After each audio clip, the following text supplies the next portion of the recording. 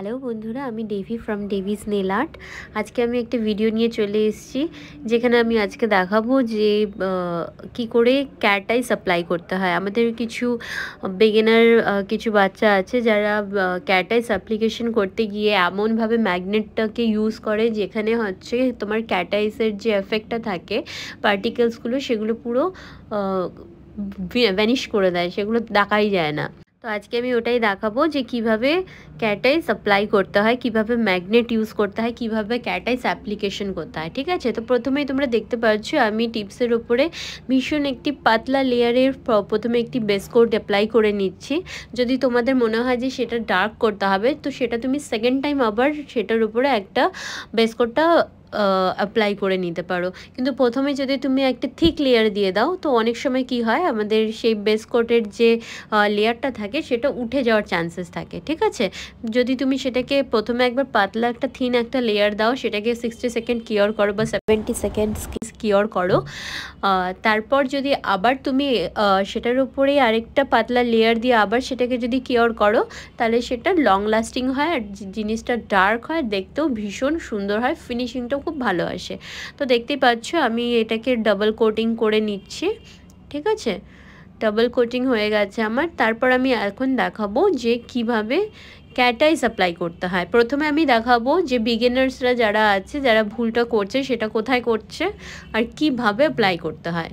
দেখো, আমি প্রথমেই দেখছো যারা মানে নতুন শিখেছো তারা কি করছো, প্রথমেই ফার্স্টেই কোনো রকম প্রিপারেশন না নিয়ে ডাইরেক্টলি টিপসের উপরে অ্যাপ্লাই করে দিচ্ছ। ঠিক আছে, ফার্স্ট তো এটা একটা ভুল। সেকেন্ড, দেখো তোমরা কী করছো, এত কাছে ম্যাগনেটটাকে নিয়ে চলে যাচ্ছ, যেটার ফলে কি হচ্ছে, পুরো পার্টিকেলসগুলো একদম মানে গায়েব হয়ে যাচ্ছে। ঠিক আছে, এফেক্ট আসছে না, একদম পুরো গায়েব হয়ে যাচ্ছে। এটা করবে না। এখন আমি দেখাচ্ছি এক্স্যাক্টলি কীভাবে করতে হয়। দেখো, আমি কিছুটা প্রোডাক্ট নিয়ে নিয়েছি এক সাইডে, ব্রাশের এক সাইডে কিছুটা প্রোডাক্ট নিয়ে আমি কিন্তু ব্রাশের মধ্যে পার্টিকেলসগুলোকে ম্যাগনেট দিয়ে অ্যাক্টিভ করে নিচ্ছি। ঠিক আছে, দেখো এবার হচ্ছে আমি টিপসের উপরে এটা অ্যাপ্লাই করব। দেখো, অ্যাপ্লাই করার পরে এখনই সুন্দর একটা এফেক্ট চলে এসছে। কিন্তু এবার উপরে জাস্ট এটার উপরে ম্যাগনেট দিয়ে শুধু একটু আমার পার্টিকেলসগুলোকে আরেকটু অ্যাক্টিভ করে নেব। দেখো, মুভমেন্ট করতে হবে, ম্যাগনেটটাকে এক জায়গায় রাখবে না, এভাবে মুভমেন্ট করতে হবে। ম্যাগনেটটাকে নিয়ে আমাদের খেলতে হবে। দেখো, কন্টিনিউয়াসলি মুভমেন্ট করতে হবে।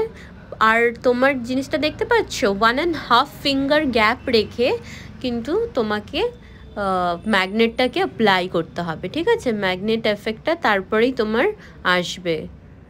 যে ক্যাট আইসের অ্যাকচুয়াল যেটা লুকটা, সেটা কিন্তু তুমি তখনই পাবে যখন তুমি এতটুকু কিছুটা ডিস্টেন্স রেখে তুমি এফেক্টটা নেবে। এখন আমি দেখাচ্ছি তোমাকে আরেকটা ট্রেন্ডি লুক, সেটা হচ্ছে ক্যাট আইস দিয়ে ফ্রেঞ্চ নেল। ঠিক আছে, ফ্রেঞ্চ নেল করে একটা ওমব্রে শেড দেবো। ঠিক আছে, এটা আমি ব্ল্যাকের উপর সিলভার নিচ্ছি, কারণ হচ্ছে যাতে এফেক্টটা ভালো মতো বোঝা যায়, তোমরা বুঝতে পারো, যার জন্য আমি ব্ল্যাকের উপর সিলভার কালারের ক্যাট আইস দিয়ে করছি। তো এটা তোমরা যে কোনো কালার দিয়েই করতে পারো। দেখছো, প্রথমে আমি পার্টিকেলসগুলোকে আবারও অ্যাক্টিভ করে নিচ্ছি। তারপর আমাদের দেখো এখানে যে টি সেকশনটা আছে, সেই টি সেকশনের ম্যাগনেটটা দিয়ে আমরা এই লুকটা ক্রিয়েট করব। ভীষণ সিম্পল, তেমন কিছুই না। দেখো, এটা টোটালি প্র্যাকটিস। টিটাকে একদম মিডলে আমরা রাখবো, টিপসের মিডল পয়েন্টে রেখে, তাহলে এই লুকসটা ক্রিয়েট হয়ে যাবে।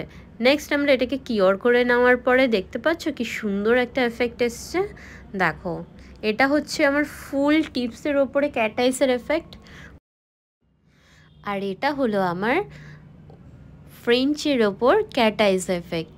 দেখতে পাচ্ছ কি সুন্দর হয়েছে।